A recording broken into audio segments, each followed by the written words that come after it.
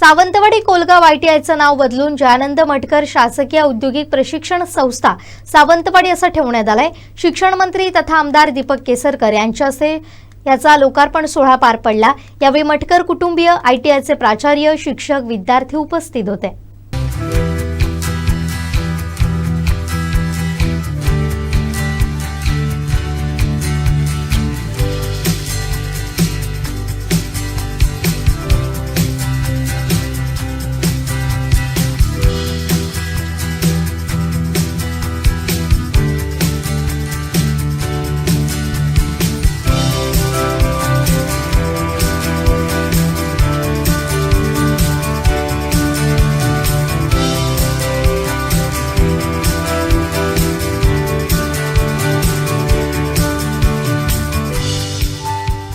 केसरकरांचे हार्दिक आभार मानतो।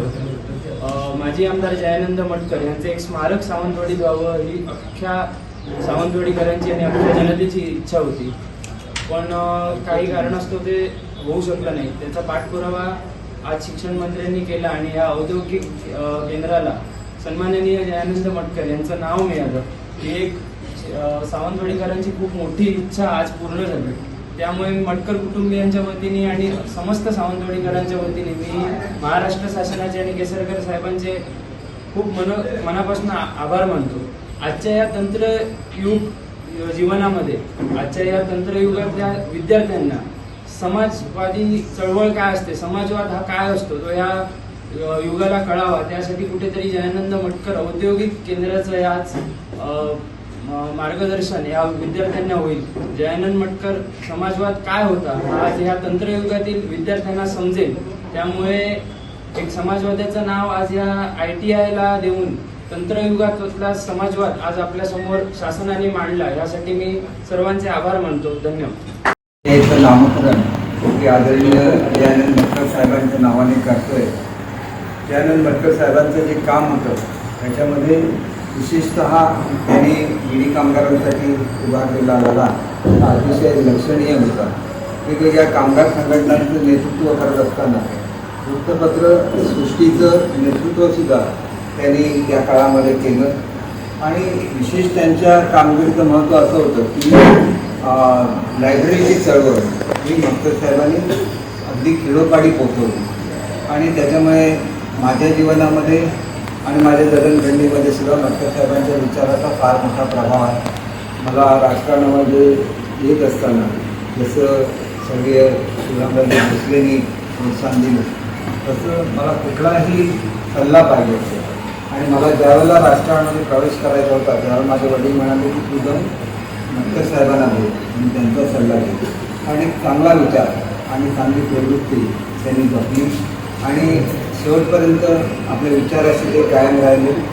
एक बुद्धिमान नेता आणि उत्कृष्ट लेखक ही त्यांची शेवटपर्यंत ख्याती राहिली। युवा स्वातंत्र्य चळवळीमध्ये फार मोठे योगदान ते आदरणीय मटकर साहेबांनी दिलेले होते आणि सावंतवाडीची जनता नेहमी त्यांच्या स्मरणामध्ये त्यांना ठेवेल। कालच ज्या वेळेला हा विषय कॅबिनेटमध्ये आला त्यावेळेला मी असं म्हटलेलं होतं की सावंतवाडी हे त्यांचं स्वतःचं कार्यक्षेत्र होतं आणि त्यांचं निवासाचं ठिकाणसुद्धा होतं। त्या ठिकाणच्या ITIला त्यांचं नाव असणं हे पुढच्या काळामध्ये शिकत असलेल्या मुलांना स्फूर्तीदायक ठरेल। आपण जे ITI झालेली मुलं आहेत त्यांना जर्मनीमध्ये पाठवण्याची व्यवस्था केली आहे, त्यांना जर्मन भाषा शिकवण्याची।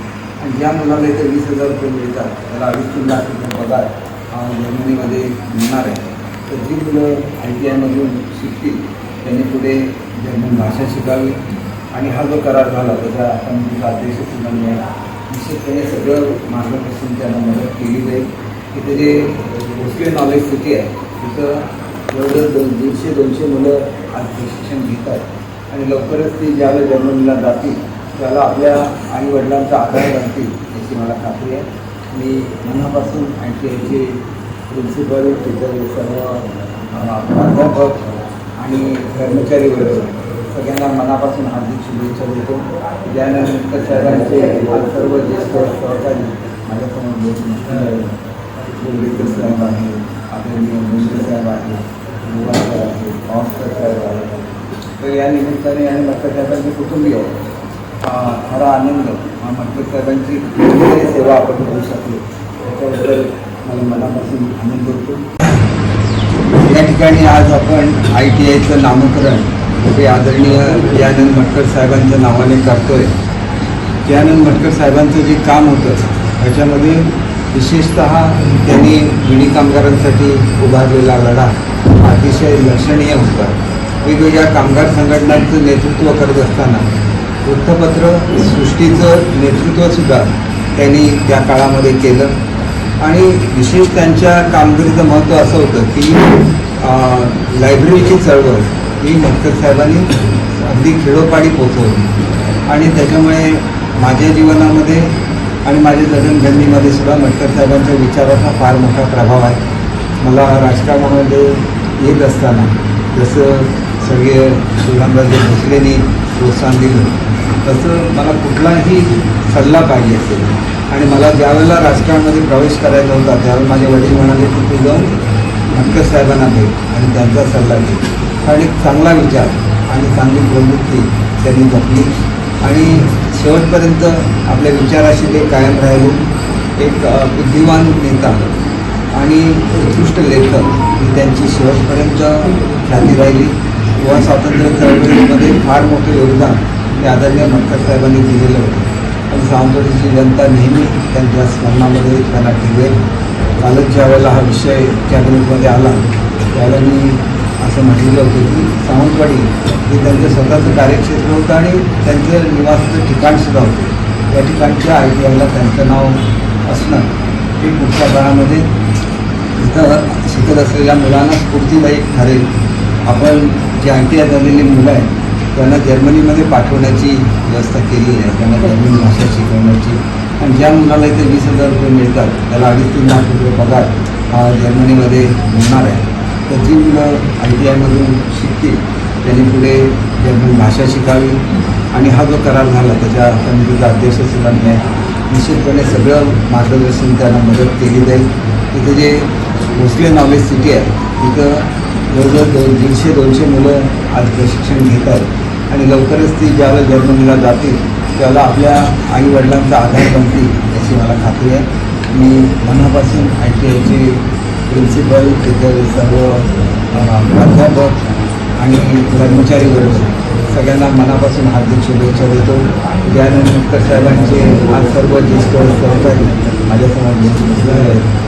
गोडेकर साहेब आहे, आदरणीय बोंद्रे साहेब आहे, मुलगावकर आहे, पावसकर साहेब आहे. तर या निमित्ताने आणि मटकर साहेबांचे कुटुंबीय आहेत.